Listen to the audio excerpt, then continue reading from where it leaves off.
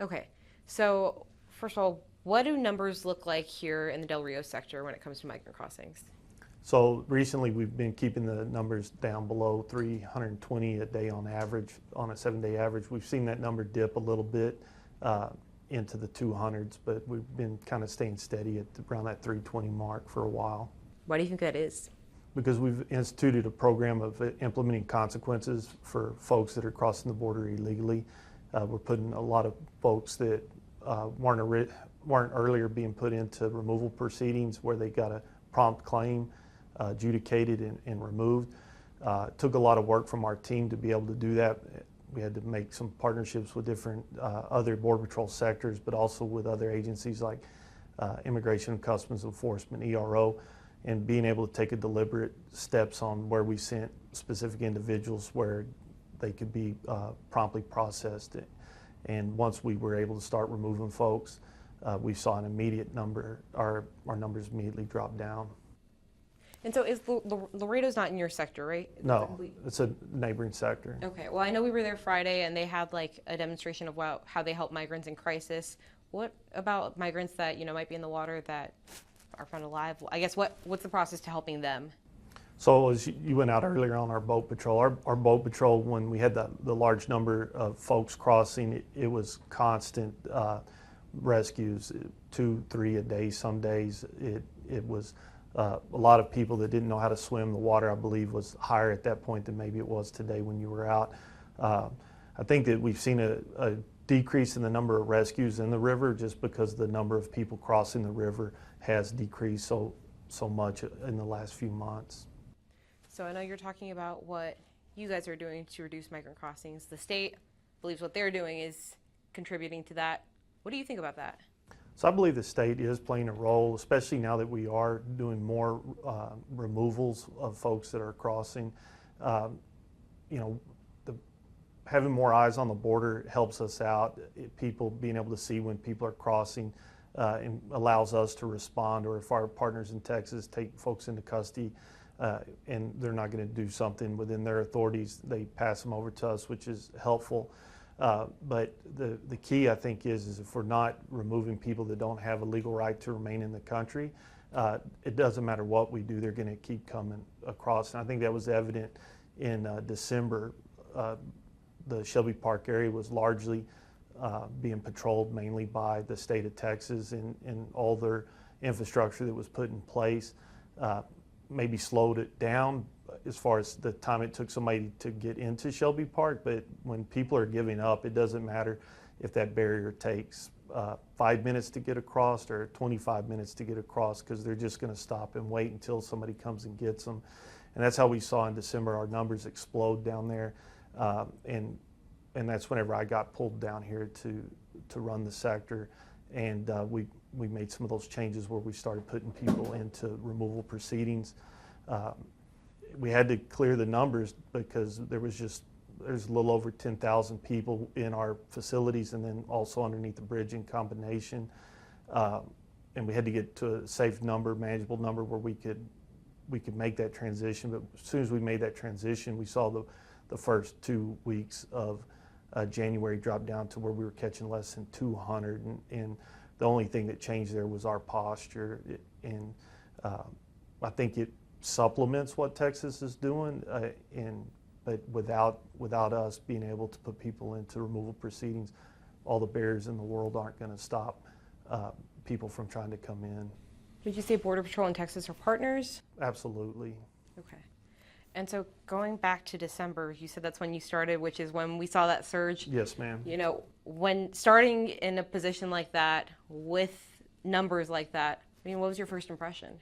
Well, the first thing I did, I got a phone call at about 9 o'clock on a Monday night, and my boss told me I needed to be here in the morning the next day.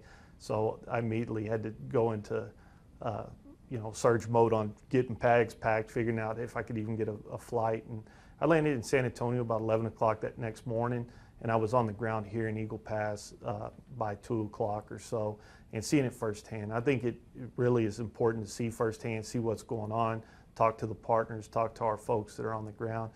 And I did have a good team around me. We had a lot of good folks here that knew what they were managing the chaos very well, and it was just took a matter of trying to put some of those partnerships in place and make those adjustments so that we can transition into the posture that we're in now. So technically, you hadn't even started. You were rushed down here to get here. Yes, ma'am. Okay. And I knew I was coming, but I kind of joke around. I needed to do some stuff around the house to get it sold because I'd gotten a job here and knew that I was coming. And it was, a couple days before Christmas, but the job needed to be down here and needed to help, and we were able to help and get things on track pretty quickly. And so the next month is when the state took over Shelby Park. We're approaching 6 months since that takeover happened. How has that impacted what Border Patrol does? So I don't know that there's probably some nuisance hindrance to it. Makes it a little more difficult to patrol that area. Makes it more difficult for us to launch our boats in some cases down there. But it, with the numbers the way that they are and the way that the folks that are being caught have been pushed further out, and then DPS turning over the ones that do still cross in that area directly back to us. I think in the end of the day, I think the border is as secure as it's going to be with the policies and procedures we have in place right now, and with the people still coming into our area. So it could be smoother for us if we don't like it when there's any impediment to us doing our job. I think every agent in Del Rio sector looks at what we do as an important mission to protect our country, and we really want to be the leading charge of securing that border. We know that it's our responsibility.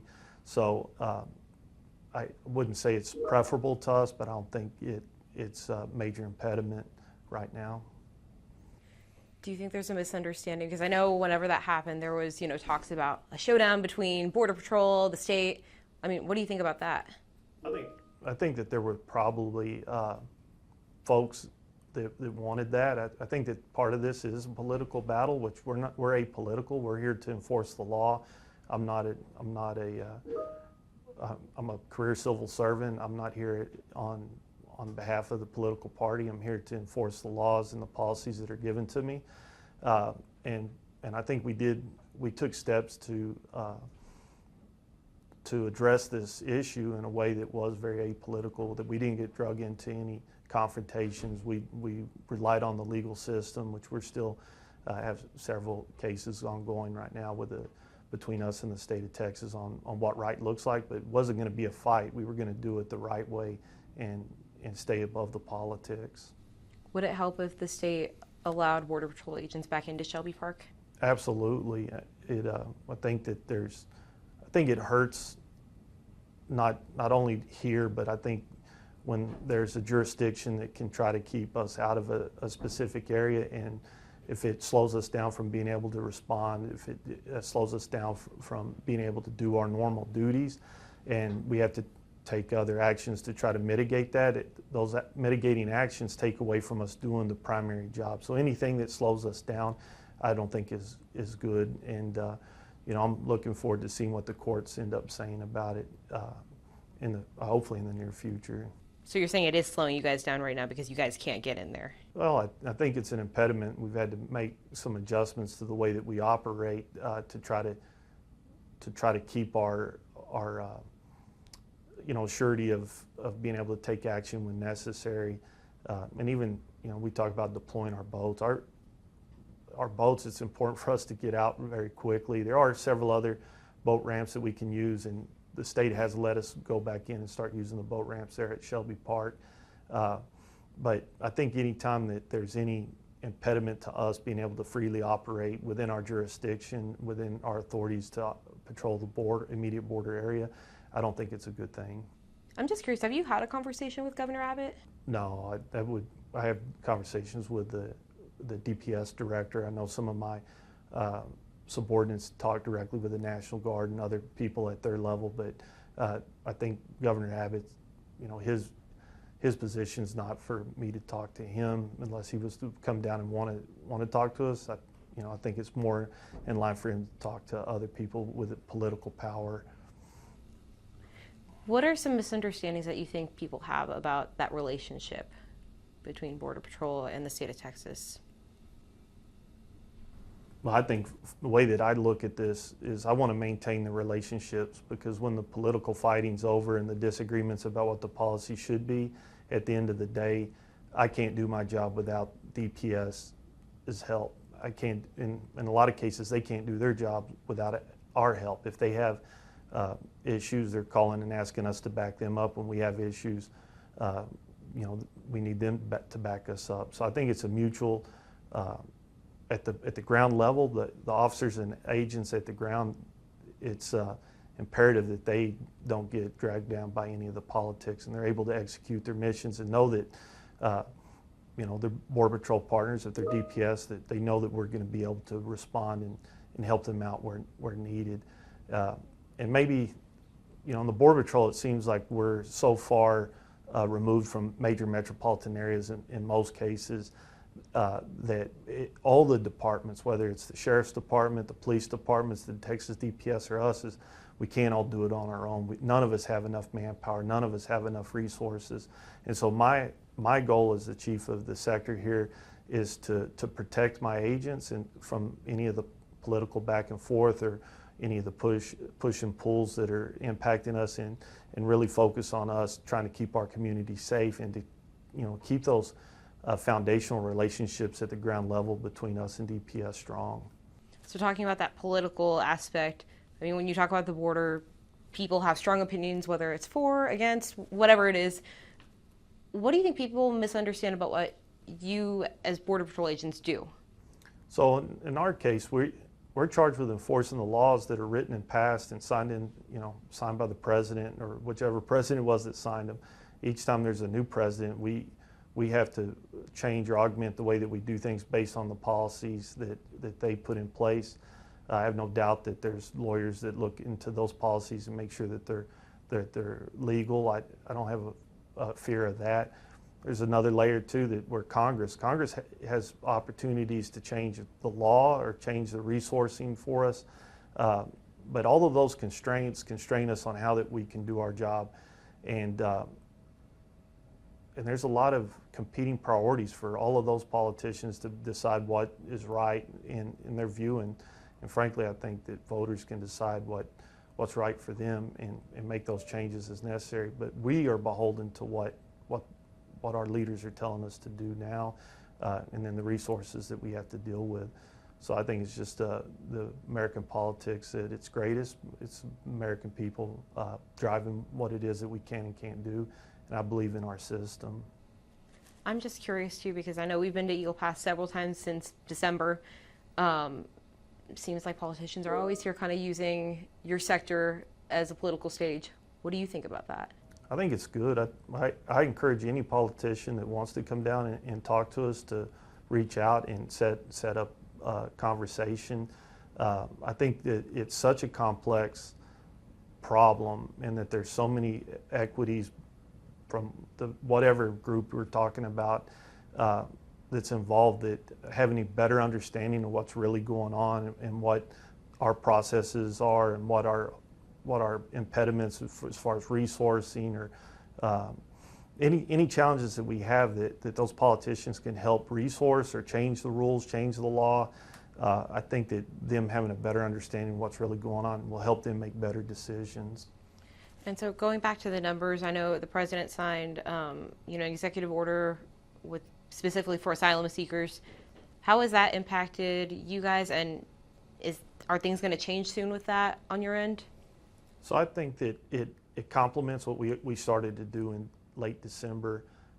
It's given us a few more tools to apply consequences. So I think it's a good thing. I think it's still a little too soon to tell what the overall impact's going to have. I know that we here locally, our numbers have stayed pretty stable, but I think that's because the posture that we had coming into it. When I look at the national numbers, I think the national numbers are coming down across the board post the proclamation, which I think is a good thing. And as we look at our numbers going down across the nation, it gives us more opportunity to do a better job of moving resources to where we need to. One of the things that we've done here, or been able to do here since we've been able to sustain our numbers, our crossings lower than they were when I got here, is move people out of processing facilities, our agents, and put them back into the field and be able to respond more to border crossings and that are reported, that we see with our technologies or we see through our traditional methods.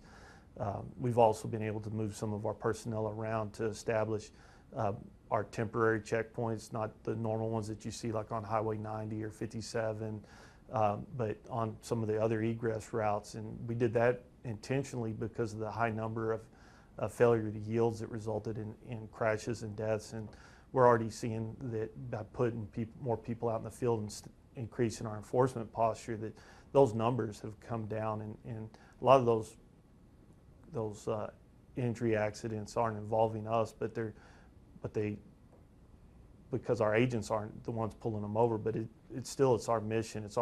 It's the people that are running away from the smugglers and the loads that they have loaded up. They're trying to get away from law enforcement. They're crashing out. But so I think as we improve our enforcement posture, we're going to see continue to see lower number of failure to yields. We're going to see the streets are safer for our community. I don't go to any of the community meetings here or in Del Rio where the public's not just elated that the number of crossings in our area have gone down. I think it has really improved the life of every citizen within our whole area of operations. Do you expect to see a surge anytime soon? We're always on the lookout, and what we've seen over my career is that when we have a policy change, the adversary, the cartels, they're going to make adjustments, and if they think that they can focus on one area, they'll focus the people in one area to overwhelm us or to take advantage of maybe issues on our ability to employ some of our tools in certain areas. And when we adjust our resources, then we'll see that they move somewhere else. So it's a constant battle that people aren't going to quit coming no matter what we do. I think that there will always be a need for the Border Patrol. And we've seen in the past too where when there's less money to be made by the transnational criminal organizations from smuggling people, we'll see a transition back to narcotics. One thing that while our alien numbers have been very high, our narcotics crossings in this area have been very low. And one thing that I fear is that if we keep those numbers down low, we're going to see a change to maybe more narcotic smuggling. So it's something that we've been on the lookout for. We're always on the lookout to see what the human traffickers and smugglers are going to do to kind of counteract whatever the recent proclamation from the president or whatever tools that we have in place.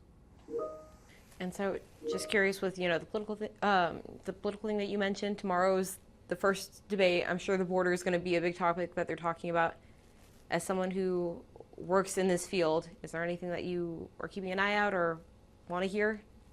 No, I don't have a comment on the political process. The only thing that I would say is that anytime a journalist like yourself or anybody that can come in and shed the light on what's actually happening and what we're doing and the great work that the men and women of the Border Patrol and all of our partners are doing to protect our community and our country, and to maybe find out and shine the light on issues that could be addressed. I think that you're educating the American public to where they can make more informed decisions and call upon me to do better at my job, call upon our political leaders to change to what they think is important. I think that's the fundamental nature of the way our government's set up. And one thing I want you to clear up, because we've been covering the border, and I hear a lot of misconceptions, and I'm sure you do too. One of the things that I hear is, okay, well, Border Patrol, when people cross over, you guys just detain them, write them court date, release them. What does that process actually look like? So we haven't done that in a while. I think our number of folks that we release with court dates is it varies from day to day based on certain situations. But I think on most days it's since this, or I guess probably February, it's been probably less than 40 on most occasions. There's some times where it may spike over that, but so we're not just releasing people like maybe we were in December. So most of the folks that we're catching right now here in Del Rio sector, we bring them into our central processing center. We assess them based on what where they crossed, any criminal history or records that are available to us in our vetting processes, and then we make decisions on whether or not we're going to prosecute criminally, or if we're going to address the illegal entry through civil proceedings for like deportation.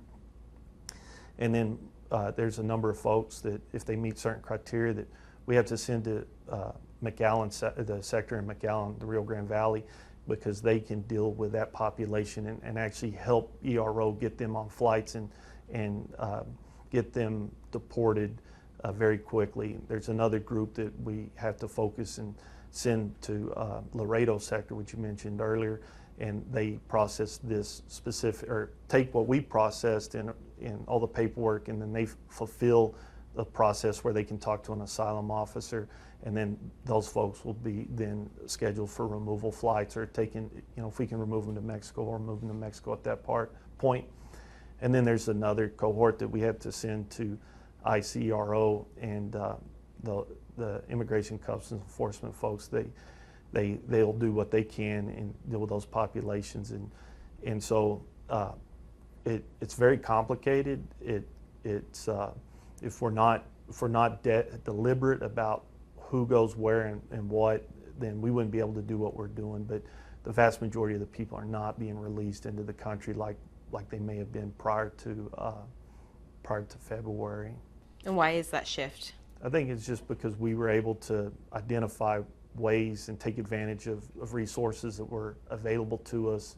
I don't know if you ever came down while our soft-sided facility or processing facility was overwhelmed, but when you go into an overwhelmed facility, it's really hard to manage those populations effectively. And when you know that there's another 1,000 or 2,000 people coming in later that day that you have to process, and so we had to change the way we were doing it. We had to change the way that we're focused on it. We had to get those numbers down, which we did release a lot of folks to get the numbers down. But once we made that pivot, it made all the difference. And it'd be like walking into a mall and that's got 1,000 people in it shopping, and you're saying, all right, only you can go to this shop, and only you can go to this shop, and trying to manage that with all the chaos of everything going around, it's nearly impossible. So we had to get the numbers down. We had to start being more deliberate with the smaller populations, and it really helps us to do that, especially since we've been able to sustain it.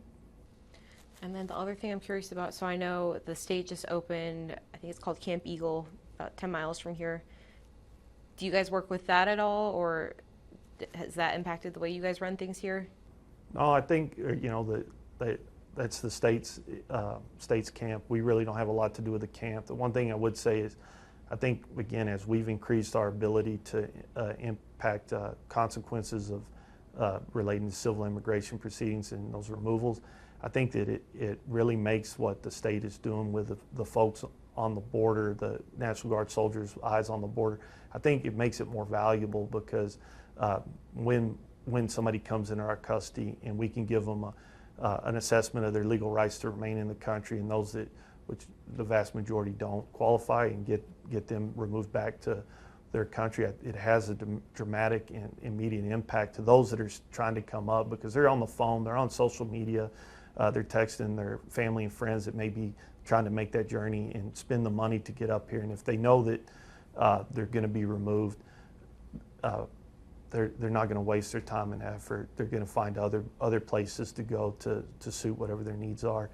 So I think having Texas increased number of eyes on the border, attention on the border, allowing us to be able to respond more quickly to when there's crossings, I think it's a game changer. We couldn't do as good of a job without them there. And so when people think migrants and they hear the numbers, they might not think of the people that are actually behind it. Who's actually coming over here, crossing the river, coming into this country? So our largest population nationally is Mexican nationals coming across. And even here in Del Rio sector, probably our largest demographics, Mexicans, and then Hondurans. But then it's not uncommon for us to have 100 plus countries every year that we see, varying numbers. So it's not just those, but I think it's a large majority of Central and South American folks coming up. Is it men, women, kids? A little bit of everything, but we do see a lot more single adults now than we did previously. which I think is good. It's, I think it's tough whenever you see small children being brought by their families, very arduous journeys. It's not safe. I think we've had so far just this year alone, and we're just getting to the heat part of the year, is 79 heat-related rescues or deaths. I might have to double check that, but so it's not. Anytime you have a child, a vulnerable, elderly, vulnerable population, somebody that may be sick, trying to make this journey, we don't want that to happen. We want to dissuade that, especially if they don't have a legal right to be here, and for them to take all that time, effort, and energy to get up here just to find out that they may not have a right, and then we're going to remove them back to their home country. For those that are lost along the way, it is unnecessary. What do you guys do with migrants who end up on this side of the border, and after that long journey that you talked about, they're really sick, they're really hurt? What happens to them? So we do have, if they're really sick, we're going to take them to the hospital. If they have minor injuries, minor illnesses, we've increased our amount of medical support at our facilities to be able to have on board people in our facilities that are trained medical professionals, but they're just there for minor low-level things. If they're very sick, then we're immediately activating the local hospitals. We're taking them to the hospitals here in town or wherever they're caught to get them the treatment that they need. And once they get done with that treatment, then we bring them back in and finish processing them. What about drownings? How do you guys handle those? What's that? With drownings, how do you handle those? Well, I think that the amount of rescues that we've had for drownings and the amount of CPR administered, the amount of people brought back from death's door by our agents is one of the things that I'm most proud about, because we do get vilified by a lot of folks about being heartless or just against the people that are coming in. We're not against the people that are coming in. We do everything we can to save and protect those people, but enforce our laws nonetheless. So yeah, I think that we're constantly, last year specifically, or maybe a year and a half, just the sheer volume of people that our folks had to rescue, and some of those that didn't make it, and then the weight of that on all the agents that have to go back home and maybe had a small child drowned and then see their kids. It's traumatic for our folks, and the professionalism that they operate with every day and the care that they put for people that they've never met, I think is tremendous, and one of the things I wish more people appreciated. And so I know when we were out on the river, we saw, the barriers that Border Patrol has put up, and then just below is Sea of Silver, the concertina wire, and then the razor wire. That's not you guys, right? Is that the state? Yeah, the state is the concertina wire, and the Connex boxes, the black picket fence is about 14 feet high. That's us. Okay. If you guys find a migrant who's crossed into the U.S. and is caught in, Texas's property, what do you guys do? Well, so we're bound by the law, and the law says that once somebody is in the United States, they can make a claim for asylum. We have to adjudicate that claim. So there is an issue at hand where whether Texas does take some form of legal action based on their authorities, that's fine. Eventually, those folks will still have to come back to us, and it's the federal government's responsibility, whether it's Border Patrol or Immigration Customs Enforcement, to adjudicate their legal rights to be in the country, and that's afforded to under law. But do you guys cut people out if they're stuck in that wire? We have. Okay. Do you guys have to report that to the state, saying, hey, we did this to your wire, fix it? Well, so I don't know that we've done it in quite a long time. I think that things have kind of changed the way that we're operating, but anytime that there's an emergency case that we believe that there's significant hazard to the people that involved, then we don't have a problem cutting the wire. Just we haven't had to in quite a long time. We've found ways around that, and that's also an issue that's currently being litigated. So I don't know if I want to say anything more than that. Is there anything else that you wish I would have asked that you think people misunderstand about what you guys do? Well, I think the biggest part is that the Border Patrol has the first 3 days of detainees detention and to deal with, and the rest of the immigration continuum happens after us. So whether if we don't process somebody under expedited removal and that they don't have an immediate claim to asylum, those are the folks that we can immediately remove.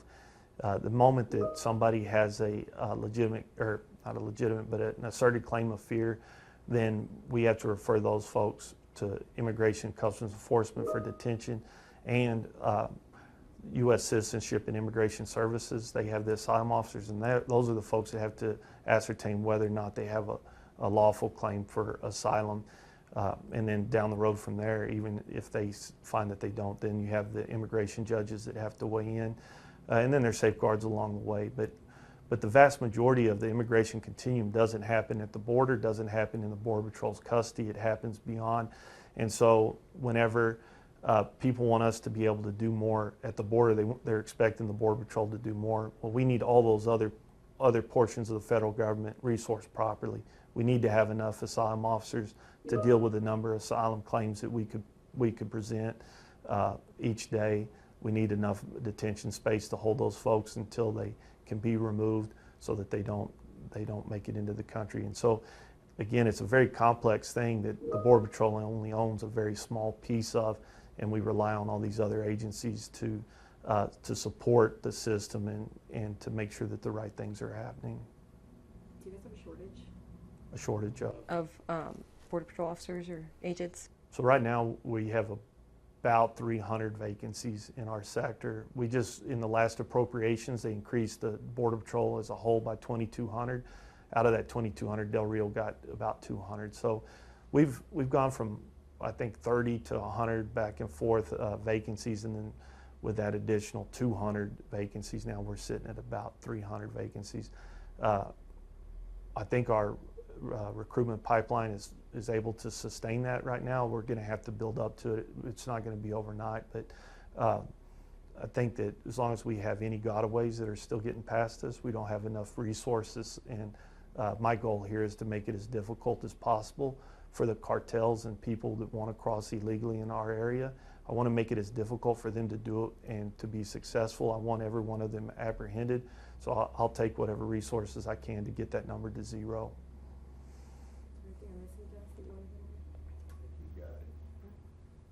Thank you so much. I appreciate it. Thank you, ma'am.